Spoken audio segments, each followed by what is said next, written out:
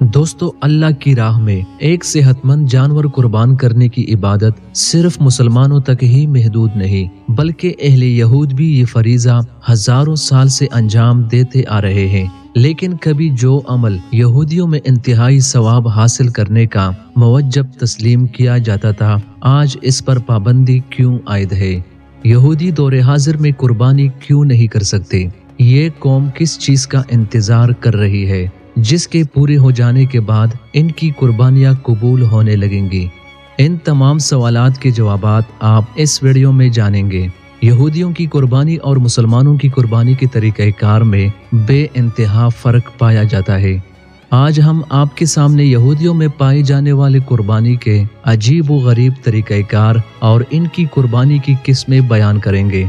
यहूदी मजहब में कुर्बानी पेश करने के अमल को कुर्बन कहा जाता है, जिसकी जमा कुर्बानोत कहलाती है। अहले यहूद में सिर्फ एक कुर्बानी का तसव्वुर नहीं, बल्कि इनके यहाँ मुख्तलिफ मौके पर मुख्तलिफ कुर्बानियों का तसव्वुर मौजूद है और इन सब को मजमूई तौर पर कुर्बन ही कहा जाता है।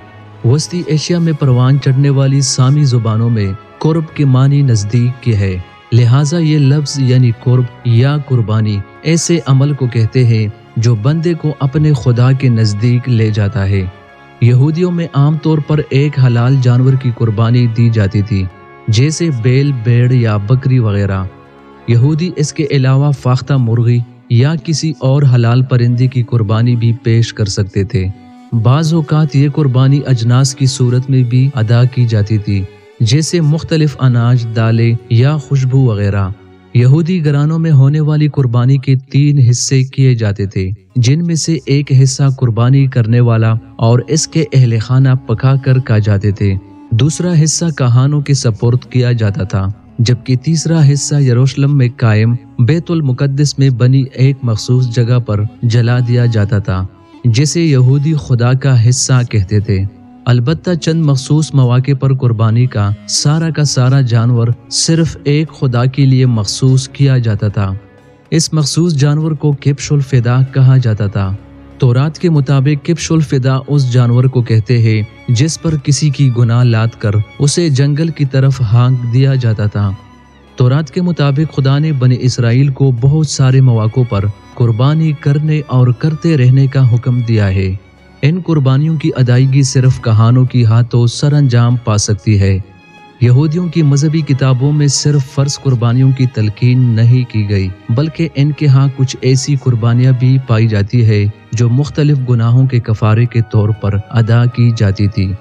आज कोई भी यहूदी अगर कुर्बानी करता है तो ये सदका व खैरात शुमार की जाती है, इसकी कुर्बानी कबूल नहीं होती।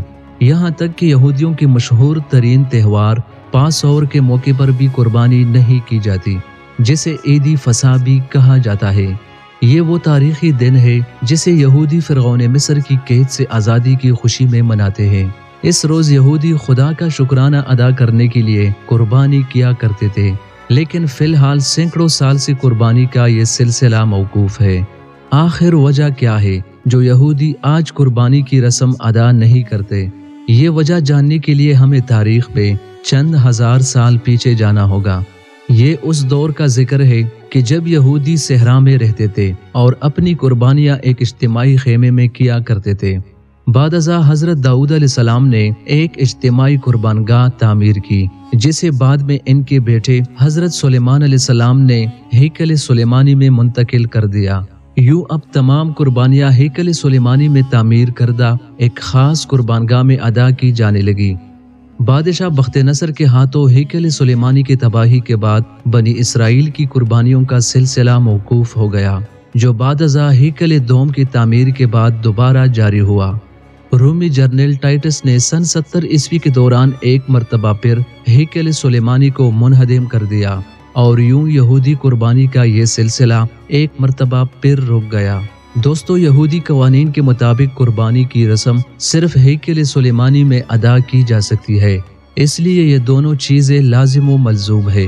यहूदी अकीदे के मुताबिक यरूशलेम में जब तक हैकल सोम की तामीर नहीं हो जाती, कुर्बानी का ये सिलसिला मौकूफ रहेगा। अलबत्ता मौजूदा दौर में यहूदी सदका व खैरात की सूरत में ये फरीजा अदा करते रहते हैं।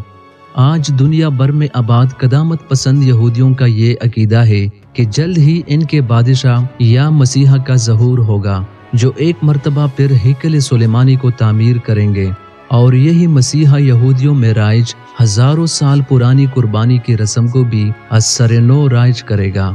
یہودیوں کی اسی بادشاہ یا مسیحا کو اسلامی روایات کے مطابق دجال یا مسیحا دجال کہا جاتا ہے۔ آپ کو انٹرنیٹ پر ایسی تصاویر ملیں گی جن میں یہودی اجتماعی قربانیاں ادا کر رہے ہوں گے۔ یہ تمام لوگ سامری یا دیگر یہودی فرقوں سے تعلق رکھتے ہیں، البتہ یہودیوں کے مرکزی فرقوں میں قربانی کا یہ رسم تاحال موقوف ہے۔